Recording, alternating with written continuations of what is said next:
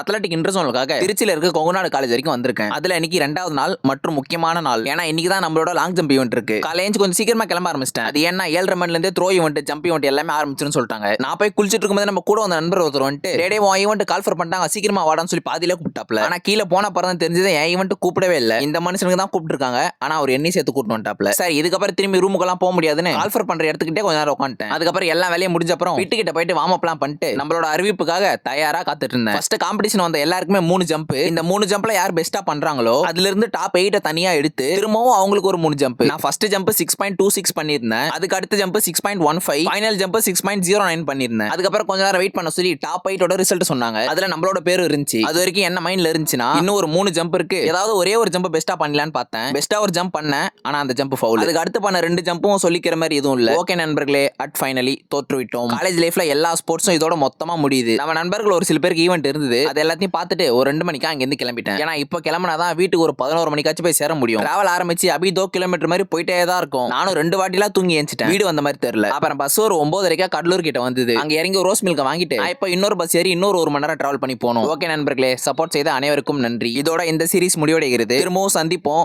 அது வரைக்கும் தொடர்பில் இருக்கவும்.